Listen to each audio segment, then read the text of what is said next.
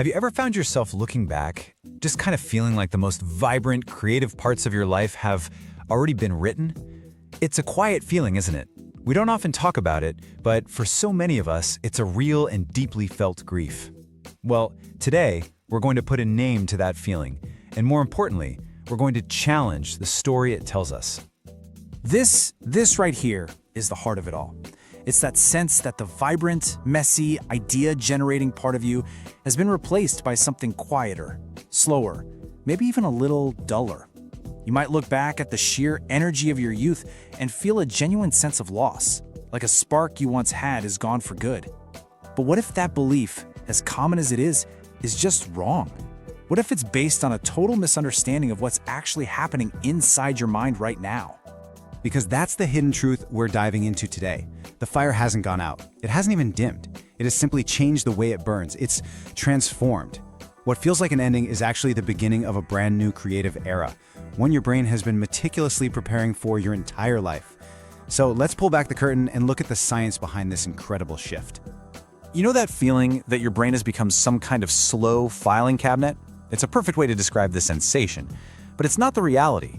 Neurobiologically, your mind isn't just storing memories, it's actively reorganizing them. It's making a fundamental shift away from what scientists call fluid novelty. That's the quick, spontaneous aha moment we often associate with being young. But your brain is evolving into a new strength, synthesized depth. And let's be clear, this is not a downgrade. It's an upgrade to a totally different and frankly, more powerful operating system, one that's designed for wisdom and insight. Scientists actually have a name for this, the biological pivot. Let's just let that term sink in for a second. It's not a decline, it's a pivot, a deliberate, natural, biological reorientation. It's the moment your creative energy stops trying to invent new things from scratch and starts doing something way more magnificent, weaving together the vast, rich tapestry of a lifetime's worth of knowledge, experience, and emotion into something new and deeply meaningful. So what's really happening inside the brain to cause this pivot? This isn't just some nice poetic idea. It's grounded in real observable neuroscience. And once you understand the mechanics of the shift, that's the key. That's how you can consciously harness its power and leave that feeling of creative loss behind for good. This right here illustrates something called the U-shaped curve of creativity. Early in life, on the left, we're what you'd call conceptual innovators, making these big, bold, abstract leaps. But later in life, we become experimental innovators, like you see on the right. Our breakthroughs don't come from a single bolt of lightning anymore. Instead, they come from a lifetime of tinkering, of observing, of connecting ideas that nobody else would think to connect. Think of Grandma Moses, who started her painting career at 78, or Frank McCourt, who published his Pulitzer-winning memoir Angela's Ashes at 66. Their genius wasn't in making something from nothing, but in synthesizing everything they had lived into something profound. And this leads to an incredible new cognitive tool, the Incubation Advantage. Seriously, this is the mature brain's superpower. Where a younger mind might get distracted by every shiny new thing, your brain has become a master filter. It automatically separates what's important from what's just noise. It's not about the speed of processing anymore. It's all about the depth of it. You can hold a problem or an idea for longer, just letting it simmer and connect with this huge library of stored experiences until a truly nuanced insight emerges. Your brain is now built to prioritize meaning above all else. And this shows you the wiring behind that advantage. A neural connectivity shift is literally taking place. So while your raw processing speed might dip a tiny bit, the global connections, the superhighways between key brain networks, actually get stronger. Specifically, the connection between your default mode network, that's your brain's imagination and daydreaming hub, and your salience network, which basically acts as your brain's what's important here detector. Well, that connection becomes way more robust. Your inner storyteller is now talking directly to your emotional compass. And the result? You no longer create just to be new. You create to find and express deep emotional resonance. Okay, so the science is fascinating, right? Our brains are rewiring themselves for depth and meaning. But the big question is, so what?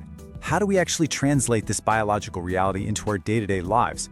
What does all this mean for our sense of purpose, for our health, for our happiness? This brings us to what I think is the single most important idea in this entire explainer. We have to stop thinking of creativity as a hobby, or as a performance, or something that's only for talented people. From this point forward, we need to understand it as a fundamental requirement for your health, a form of personal preservation. And this is the shift. right here. For most of our lives, we were trapped in performance creativity. We're creating for a grade, for a client, for applause. We're always asking that nagging question, is this good enough? But this biological pivot invites us into something new, process sovereignty. This is about creating for an audience of one, you. It's about your own cognitive health, your own internal alignment. And the question changes from, is this good, to the much, much more powerful, is this true to me? That simple shift dismantles what I call the shame of talent and reclaims creativity as your personal right. And this isn't just about feeling good. Creative engagement is a non-negotiable requirement for a healthy, aging brain. The act of learning a new skill, of trying to express an idea, of connecting those dots.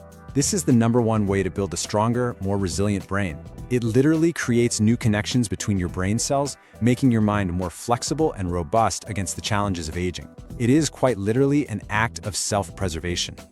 This shift in mindset gives us a powerful new identity. It's time to just shed the heavy label of artist. That word comes with so much baggage of talent, of comparison, of markets. Instead, I want to offer you a new title. You are a sovereign explorer. Your job isn't to create a masterpiece. Your job is to explore the vast, uncharted territory of your own life and simply document the meaning you find there. See how that removes the pressure and just restores the joy. So if we embrace this new identity, this new purpose for creativity, how do we actually do it? I mean, how do we start when the old ways of creating feel blocked? Well, we need a new set of tools, a practical protocol designed specifically for this new creative mind. So here it is, the framework. It's called the Integrative Creative Protocol, and it's built on 3 simple but really powerful pillars.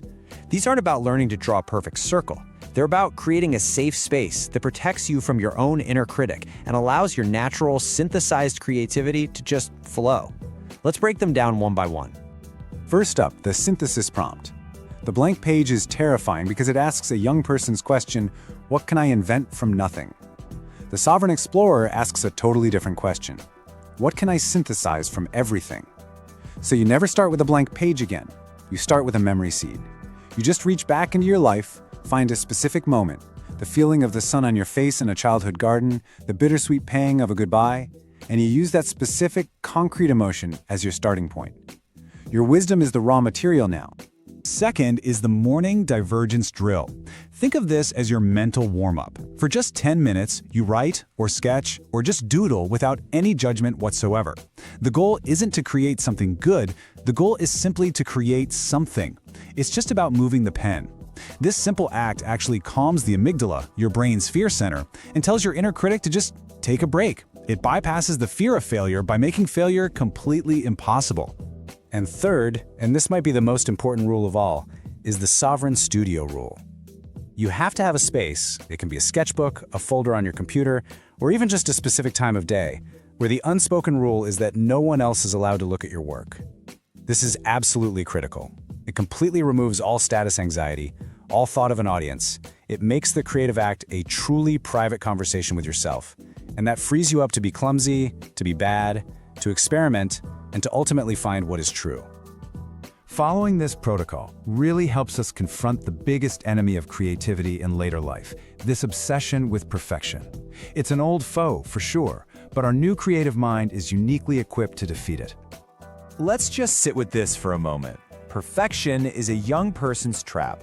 It's a game for people who haven't lived long enough to know that the most beautiful things in life, a weathered tree, a beloved face, a well-told story, are all beautifully imperfect. Your life experience is your superpower. It has given you the wisdom to know that chasing perfection is just a waste of precious time. This is your new truth. You are not a novice starting over from scratch. You are a master of integration. I mean, think about it.